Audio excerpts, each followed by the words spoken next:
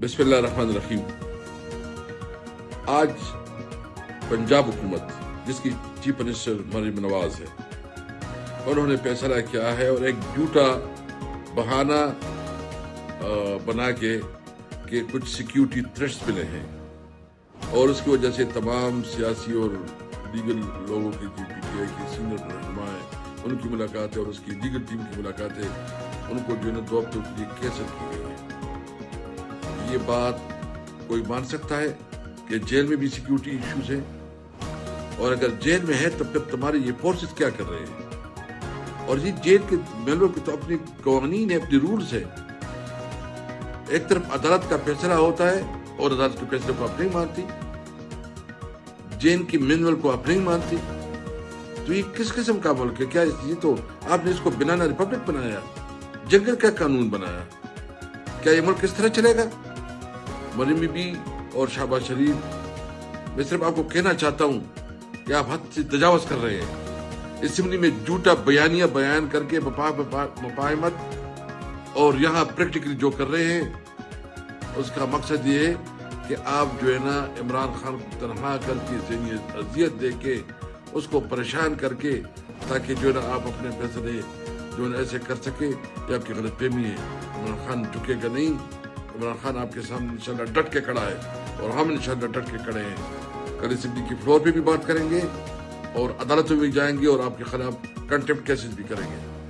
आप याद रखें, हमारी जद्दोजहद रहेगी, हम अपनी जद्दोजहद जारी रखेंगे आइन और कानून के अंदर रहते हुए। आप रिजेक्टेड हैं, कौम ने आपको मुस्तरद किया है, आप एक गैर कानूनी हुक्मरान हैं।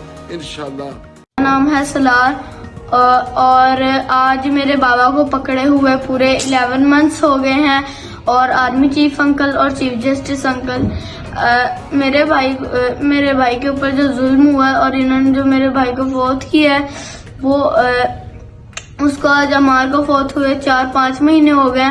तो हम स्कूल भी नहीं जा रहे और मैं बीमार हूँ और मेरी मम्मा भी बहुत बीमार है।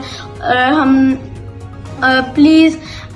प्लीज खुदा का वास्ता है army chief uncle, please chief justice uncle हमारे बाबा को छोड़ दें। आपके सामने मैं हाथ जोड़ता हूँ।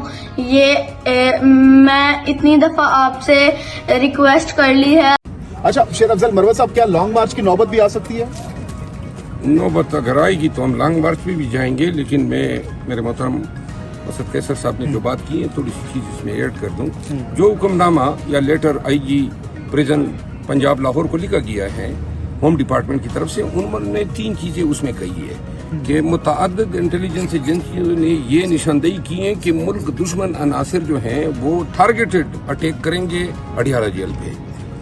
तो लिहाजा पहली बात तो ये है कि ये तीसरी कड़ी है।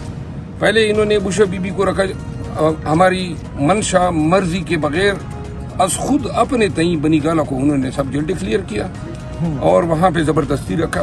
खान साहब की तरफ से पिटीशन भी हुई कि इनको वापस अडियाला जेल भेजे, वो अभी तक ज़ेर समात है।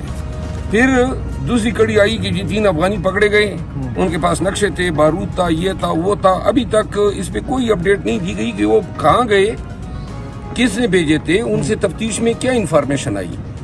तीसरी बात ये आई कि ये लेटर आया। अब ये मेंटली कौम को ये इस चीज पे तैयार कर रहे हैं कि जी अडियाला जेल तो बड़ा गैर महफूज हो गया है, तो लिहाजा इन चीजों को जवाब बना के वो खान साहब को भी बनीगाला भेजने की तैयारियां कर रहे हैं, जबरदस्ती की। बनीगाला जंगल है, यहाँ पे अगर टारगेटेड अटैक आप नहीं कर सकते हैं तो वहां पे कोई आपने पलटन कड़ी कर दी है जो खान की सिक्योरिटी करेगी।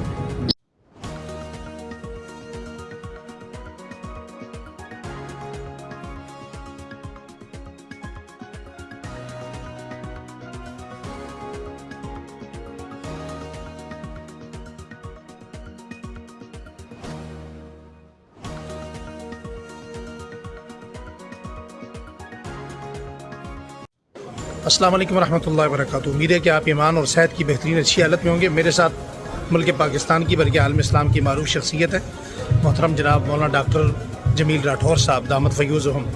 मेरी आज की इस वीडियो मैसेज में आपसे गुजारिश है कि इसे ज़रा फैलाइएगा رمضان مبارک کا مہینہ چل رہا ہے اور ہمارے یہاں ایک سفید پوش طبقہ ہے، وہ آئمہ مساجد ہیں، وہ مسجد کے خدام ہیں، وہ مسجد کی خدمت کرنے والے سال کے 12 مہینے، اور یہ وہ طبقہ ہے جو بات بھی نہیں کرتا.